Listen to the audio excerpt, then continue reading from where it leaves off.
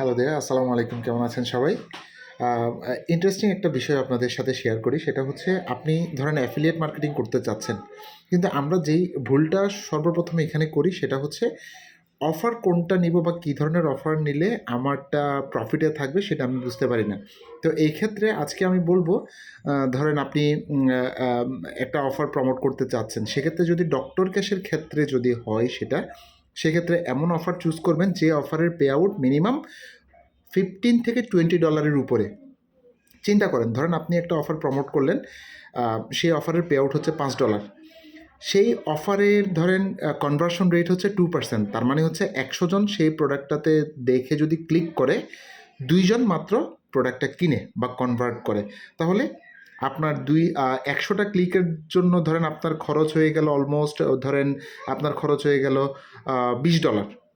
As an example, অ্যাভারেজে দেখা যায় ফেসবুকে আপনার সিপিএম রেটটা দেখা যাচ্ছে আপনার মিনিমাম $15, $20, $30। অ্যাকচুয়ালি ডিপেন্ড করে, এটা জিইও কোন কান্ট্রির উপরে আপনি প্রমোট করতেছেন তার উপরে ডিপেন্ড করে। তো আপনি এমন একটা অফার চুজ করলেন যেই অফারটা আপনার ধরেন 100টা ক্লিকের জন্য আপনার খরচ হয়ে গেল $20।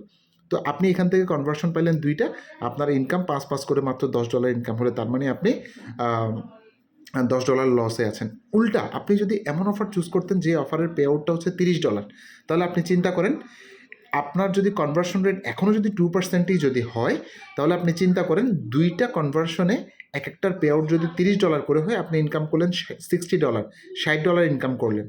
ঠিক আছে, $60 আপনার ইনকাম হইলো আর আপনার খরচ হইলো মাত্র $20। দ্যাট মিনস আপনি আরও $40 প্রফিটে আছেন।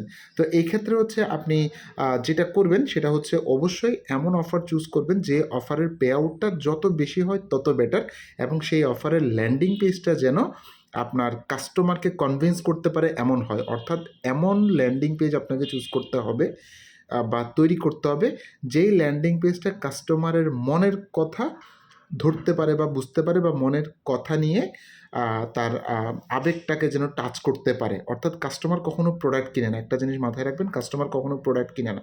তারা সবসময় তাদের প্রবলেমের সলিউশন কিনে, তাদের বেনিফিট কিনে, যে এই প্রোডাক্ট কিনলে আলটিমেট আমার বেনিফিট কী হবে, আমি কোন অবস্থায় আছি, প্রোডাক্টটা কেনার পরে আমি কোন অবস্থায় যাব, আমার মুখে দাগ আছে, প্রোডাক্টটা কেনার পরে আমি দাগবিহীন হয়ে সুন্দর হয়ে যাব।